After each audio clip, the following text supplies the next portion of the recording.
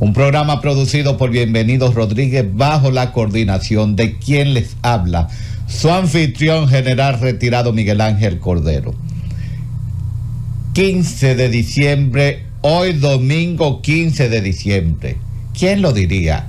Como se va el año, ya apenas quedan horas para celebrar un nuevo año. Un nuevo año que estará matizado por una serie de inquietudes e incertidumbres dentro del contexto local, regional, pero sobre todo global. ¿Qué traerá el nuevo año? ¿Traerá más paz o más guerra? Las predicciones las vamos a hacer cerrando este meticuloso año el próximo domingo 28 de diciembre, donde haremos un resumen sobre las novedades del 2024, pero sobre todo, cómo podrá venir el 2025.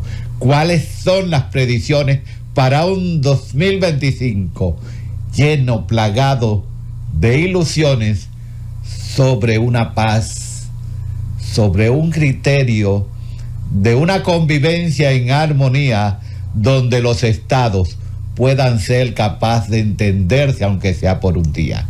Es algo difícil llegar a ese concepto de Immanuel Kant sobre la paz perpetua, pero por lo menos se pueda cotejar a nivel regional un planteamiento que desde ya pues tiene buenos augurios, pero a su vez está generando incertidumbre, porque no sabemos si los hechos que se han acontecido en el Medio Oriente sea para lograr esa estabilidad regional o para generar más incertidumbre.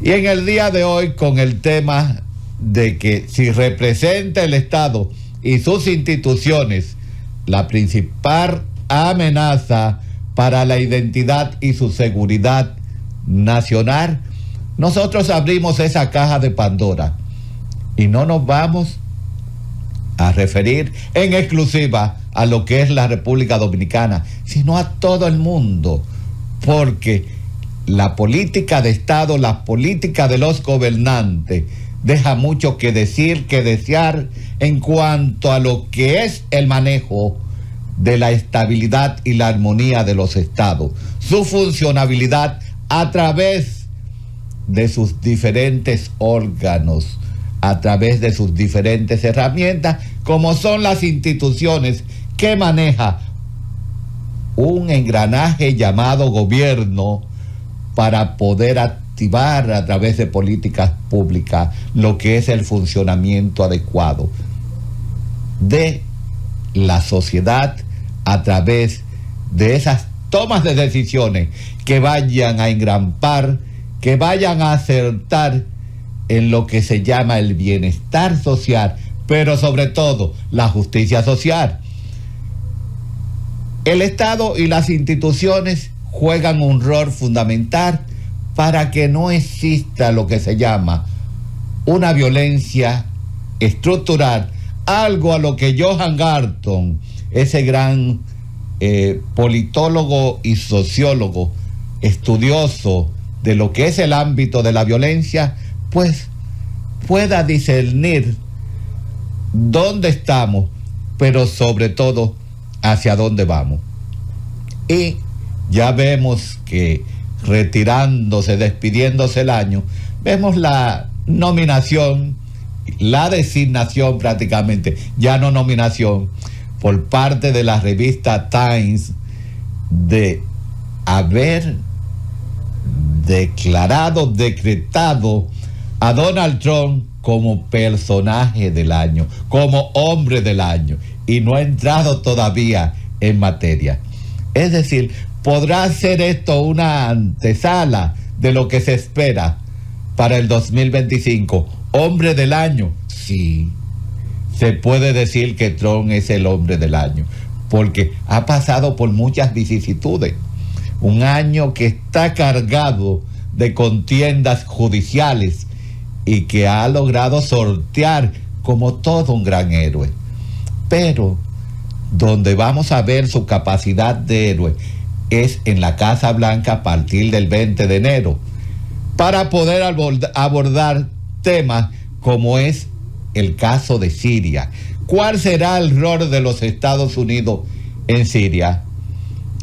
En Siria, que todavía no se sabe cuál va a ser el desenlace final, donde existen demasiados actores internos que quieren hacerse con el poder. Este grupo HTS de Hayat Tahrir al-Sham, presidido por su cabeza, este muchacho Abu Mohammed, quien en verdad tiene, se podría decir, el control. ¿Tendrá al-Golani el control de lo que es el Estado sirio? No lo tiene, porque el Estado sirio ahora mismo no existe. El Estado sirio es como un pastel donde cada quien ha tomado su parte y quiere controlar parte de ese territorio con el interés, con la intención de aprovechar y sostener y mantener dentro del contexto étnico una parte de ese espacio para la convivencia pacífica. Pero ahí vemos en el caso de Siria que todavía Rusia no se define, con la base de Tartut ahí en el Mediterráneo, donde se encuentra su armada, pero sobre todo ahí en Latakia, donde está Yemenín, lo que es la base aérea. Ya hay bastantes noticias, informaciones de que Siria está siendo prácticamente abandonada en esa base aérea en Yemenín por parte de Rusia. ¿Será cierto esto? Bueno, se han visto convoy de unos 140 vehículos, camiones, partir de esa base ahí en Latakia de Yemenín. Pero puede ser esto tan solo un avisoramiento de que se va a abandonar por completo. No podemos decir eso, porque no obstante, sí podríamos decir que Rusia es una gran negociadora. Y hasta el momento, Siria depende mucho de lo que es el cereal ruso. Y ahí están apostados dos grandes barcos que contienen 60 millones de toneladas de trigo. Y ese trigo precisamente está uno próximo a la costa de Siria y el otro fue desviado a Egipto. ¿Por qué? ¿Será esto una forma de doblegar a las autoridades, a las nuevas autoridades sirias, de que no jueguen con el estómago de los sirios? Ahora, han detenido la entrega de estos cereales en virtud a que Siria le debe un dinero a Rusia. Y si tú le debes a Rusia, tienes que negociar con Rusia. Qué buenos negociadores son los rusos. Pero sobre todo Vladimir Putin, que es un gran estratega, es una mente brillante. La forma de diezmar la capacidad y el proceso de toma de decisiones de las autoridades actuales a través de su primer ministro Mohamed Basir, y de calar en al-Golani, debilitar su fuerza, su fortaleza e imponerle sus bases ahí a través del estómago, será una gran estrategia. Entre esas dos embarcaciones se dice que hay 33 millones de dólares y que Siria le debe a Rusia, y los sindicatos exportadores de ese trigo se han negado a entregar. Entonces, hay una estrategia en este sentido para buscar un acuerdo. Esos barcos son una medida de disuasión, como podríamos decir, con tal de empujar a las nuevas autoridades sirias a que vayan a negociar. Y debemos recordar que el Estado sirio ha sido un Estado que ha vivido prácticamente de las sanciones. Esas sanciones que comenzaron en el año de 1974, cuando Estados Unidos se la impuso al padre de Bashar al-Assad, a Bashar al-Assad. Pero, ¿cuál será la situación en Siria en los próximos días ante una Rusia que se quiere quedar, un Israel que está avanzando, que ha tomado gran parte, podríamos decir, del Golán y que sigue avanzando? Dice, no me voy a meter en Damasco, pero está avanzando y ha realizado más de 350 ataques a los dispositivos y armamentos sirios para evitar que estos caigan en manos de los rebeldes, de los yihadistas o manos ocultas. Pero también vemos a un Irán que está fuera de circulación, a un Hezbollah que está fuera de circulación, pero vemos también a una Turquía que está empoderada, que está encaminada no solo a dirimir el asunto de los conflictos internos, sino a ganar territorio también, bajo el pretexto de que son zonas de amortiguamiento con lo que es la facción de los kurdos en el noreste. Bueno, vamos a ver hasta dónde llega, porque la actitud de los Estados Unidos todavía tampoco se define. Estados Unidos, que tiene también un pedacito del pastel y que representa, podríamos decir, está representando a los kurdos y a otra facción que es el grupo del Ejército de Liberación de Siria, que está en el sur.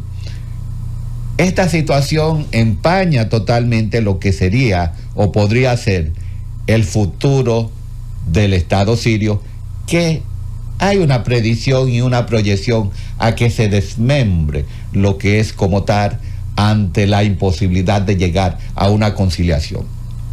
Ahora, ¿cuál es la cara del régimen sirio bajo el control de al-Golani? Bueno, ahora mismo hay una situación difícil porque las autoridades han prohibido la celebración de la Navidad cristiana a los cristianos. Ya ese es un punto de desencuentro entre las diferentes facciones. Pero no solo eso, que obligaron a una mujer a que se cubriera la cabeza. Ya con esto nosotros podremos decir a lo inicio de que las proyecciones no van muy bien, de que lo que existe en Idlib se va a proyectar a lo que es la parte de Damasco y se va a proyectar a otras regiones de Siria que estén bajo el control de este grupo rebelde.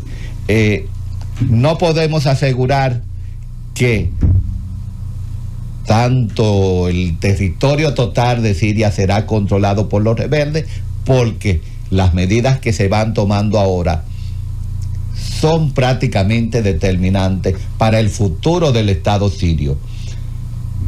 Tendrán problemas con los kurdos, de eso podemos estar seguros, porque ellos no van a poder controlar.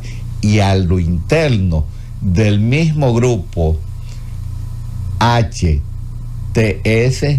habrá una diferencia sobre cómo aplicar, cómo tomar medidas dentro del contexto de que no vaya a afectar a la diversidad étnica, porque no es lo mismo el control en Idlib que el control en Damasco. Vamos a ver cómo surten los próximos días los procesos de toma de decisión de este grupo. Mientras tanto, Israel está consolidándose en ese espacio territorial en lo alto del Golán, destruyendo la capacidad e imponiéndose en lo que es el Medio Oriente. Una Irán que está dispuesta a negociar, pero que ahora mismo no tiene esa capacidad para negociar, y que ha abierto las puertas ante la posibilidad de ser supervisado su programa nuclear por las autoridades atómicas internacionales. Pero, ¿qué podríamos decir de Rusia? Rusia está avanzando, sí, en Ucrania, está avanzando. tiene una buena parte de territorio consolidado, pero este revés en Siria puede denotar que ha perdido facultades, ha perdido capacidades en el ámbito militar.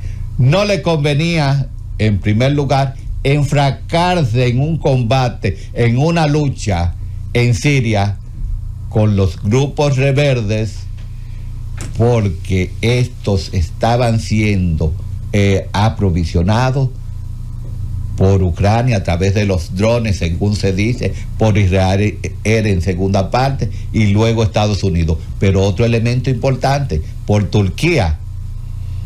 Es decir, que habrá sido una buena decisión de Vladimir Putin no haber enfrentado resistencia en lo que es Siria. Vamos a ver más adelante, pero tenemos que decir que no le convenía tampoco a Rusia intervenir, porque su economía está en el suelo. Una economía desastrosa, con una inflación de más de un 30%, pero con una tasa de interés que se ha disparado del 21 al 23%. Todo eso refleja una debilidad en sus controles internos, con una baja tasa demográfica que es su gran enemigo. Y como decíamos al principio, las sanciones ¿han dado o no han dado resultados?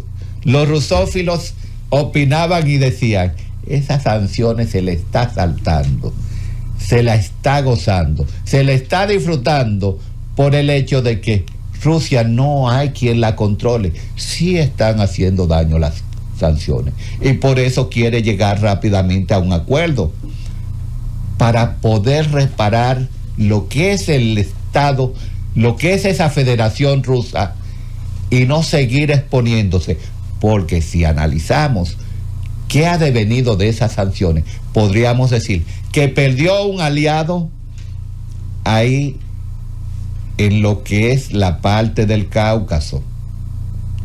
Perdió prácticamente como resultado de la guerra de Nagorno-Karabaj, perdió la posibilidad de controlar y mantener esas relaciones con Armenia. Armenia, que ya prácticamente ha dicho, no quiero nada con Rusia, me voy para el lado occidental, y está propiciando su entrada a la Unión Europea, y muy posible también que quiera pertenecer a la OTAN. Armenia, que es uno de los puntos débiles ahora mismo de la Federación Rusa y con ello de Putin, pero también tenemos el caso de Georgia. Georgia, donde se impuso, el Parlamento impuso un presidente contrario a lo que se llaman las normativas jurídicas, que no fue a elecciones, pero la actual presidenta de Georgia dijo que no va a entregar, y hay una disputa interna entre los mismos prorrusos, quién se queda y quién se va. Es un caso en Georgia paradigmático, con una crisis reciente en lo que fue Abjasia, que Abjasia también rechazó las normativas y los acuerdos con Rusia. Debemos recordar que Abjasia se ha pronunciado como un enclave ruso o prorruso, un territorio perteneciente de Yurit a lo que es Georgia, pero que se separó, al igual que Osetia del Sur. Pero las cosas van de mal en peor, porque debemos también mencionar al gran productor, a lo que se llama el productor mundial, China. ¿Qué está pasando en China ahora mismo? China no ha podido cumplir con sus objetivos de balancear y equilibrar lo que es su crisis interna, no en cuanto a productividad, sino en cuanto a rentabilidad, y por ello está cayendo en una deflación de la cual se estaba recuperando. Pero ¿por qué ha sucedido o está sucediendo esto en China? Bueno, su sector inmobiliario, deprimido totalmente, tiene una serie de ciudades fantasma que fueron prácticamente la cuna de su relanzamiento como una potencia económica, y esa ciudad de fantasma todavía, esos apartamentos no se han podido vender, no se han podido capitalizar por el hecho de que no hay dinero. Ya se ha perdido, la población ha perdido la confianza, y ahora mismo los precios, aunque han bajado, van a tener las autoridades chinas que dar esos apartamentos, como se dice, a vaca muerta. Pero hay una pérdida. Los inversores, los demás miembros del sector inmobiliario se han caído. Esa compañía, esa promotora Evergrande y Country Garden, que han dejado un hoyo fiscal, solamente Evergrande dejó un hoyo de más de 300 mil millones de dólares, y Country Garden dejó por igual más de 200 mil millones de dólares. Es decir, esta deuda, que prácticamente es una deuda interna, porque el sector bancario prestó al sector inmobiliario una serie de recursos con el apoyo de lo que es el Banco Central de China, y eso se ha ido desmoronando. Las autoridades de las diferentes regiones, las autoridades locales, han generado una gran deuda que ha impactado en lo que es el desarrollo de esas provincias chinas. Están endeudados, como se dice, particularmente hasta los tuétanos. Y China ahora mismo ha generado una oportunidad, una política de incentivo para las empresas y para esas entidades que tienen un carácter autónomo, con el objeto de dinamizar lo que es una economía que cada día va más decreciente. Ahora, la gran pregunta es la siguiente, y hacemos este planteamiento para análisis de esos amigos que nos ven y nos escuchan. Ese público de los sabios en la Z, ¿le estará pasando a China lo que le pasó a la URSS, que se fue a una carrera armamentística con los Estados Unidos, que se fue del tú a tú, quién produce más armas, quién tiene más capacidad bélica?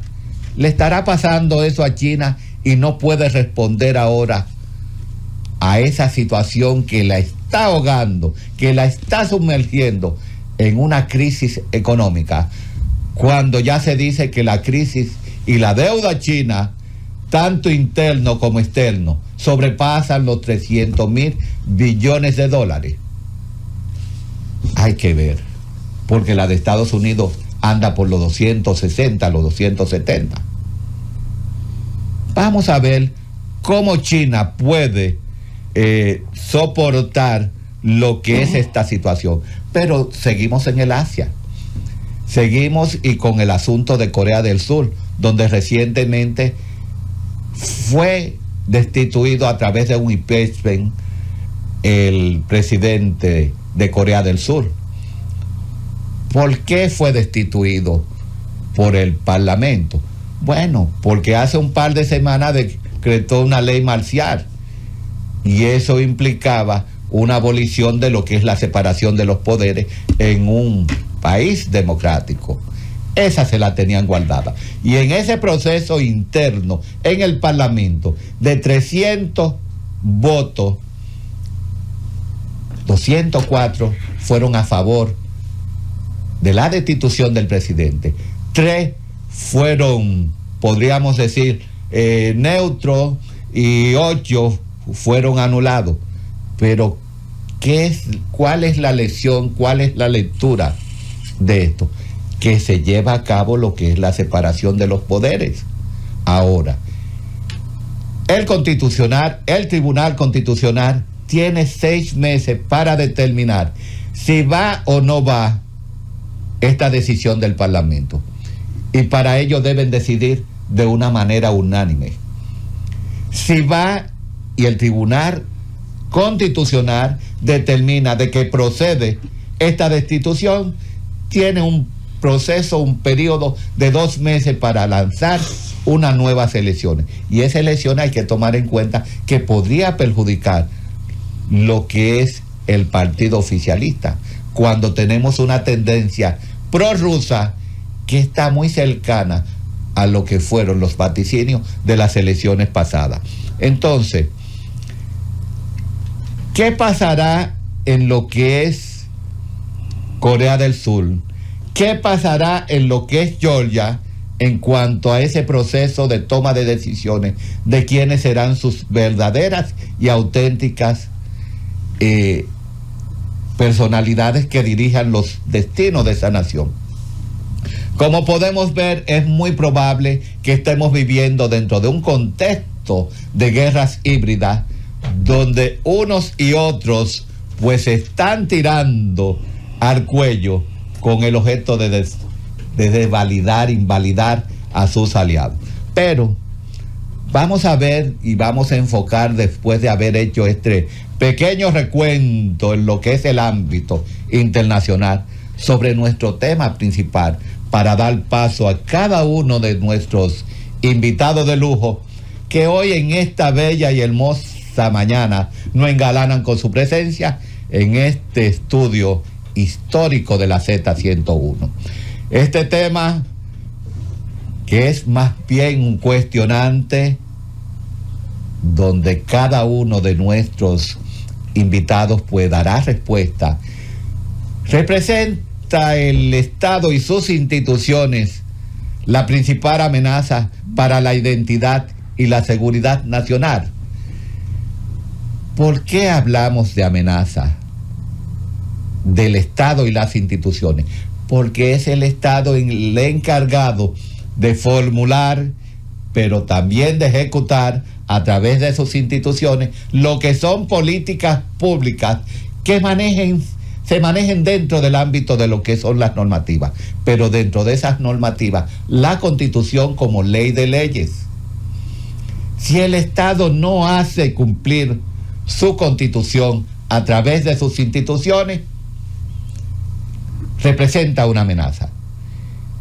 Y volvemos y repetimos, como dice Johan Galton, va a generar lo que se llama una violencia estructural, una violencia del Estado y sus instituciones sobre sus habitantes, sobre sus ciudadanos, incapacitándolo y diezmándolo lo que es el sentido de la libertad, de la armonía, de la seguridad, pero sobre todo de las garantías, que es una de las grandes responsabilidades del Estado: garantizar el cumplimiento de las normativas, garantizar la estabilidad social y la justicia social a través de políticas públicas, pero sobre todo cumpliendo y haciendo cumplir lo que son las normativas jurídicas dentro de un Estado de Derecho. No puede existir Estado de Derecho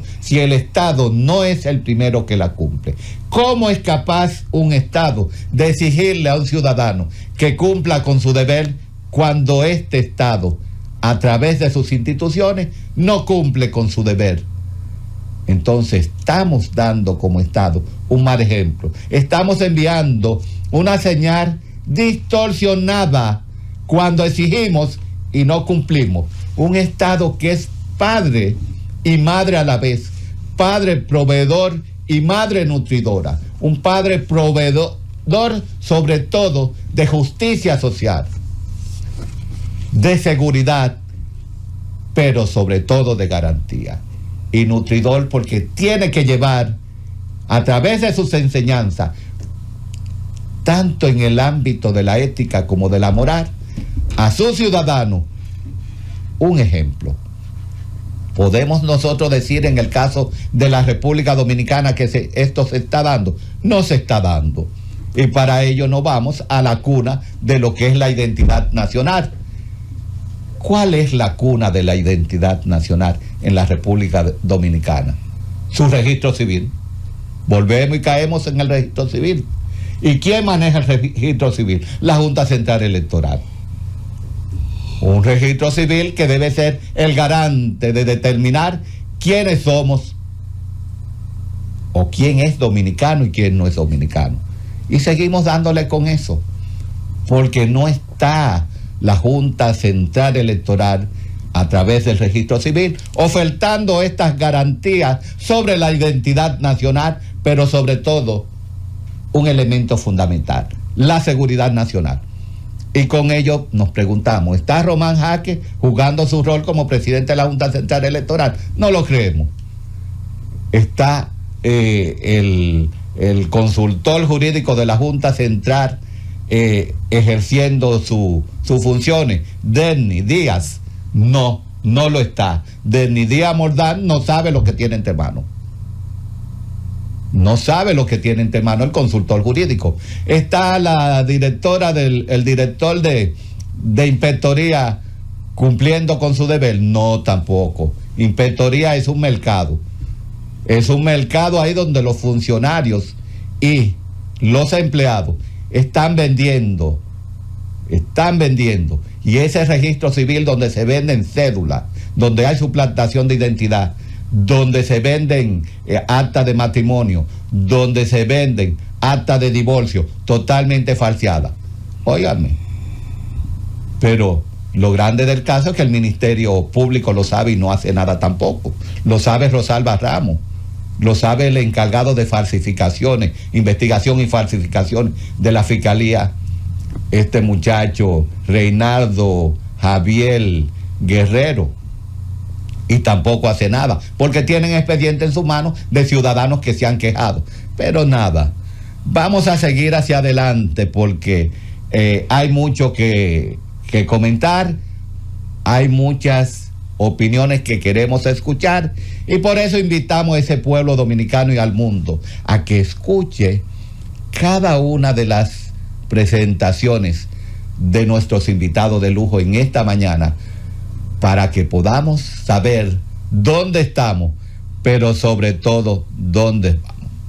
Y vamos a dar entrada ahora a cada uno de nuestros invitados, y con ello le vamos a dar la palabra a ese gran sociólogo dominicano, Danilo Climent. Buenos días, Danilo. Buenos días, general. Buenos días, pueblo dominicano.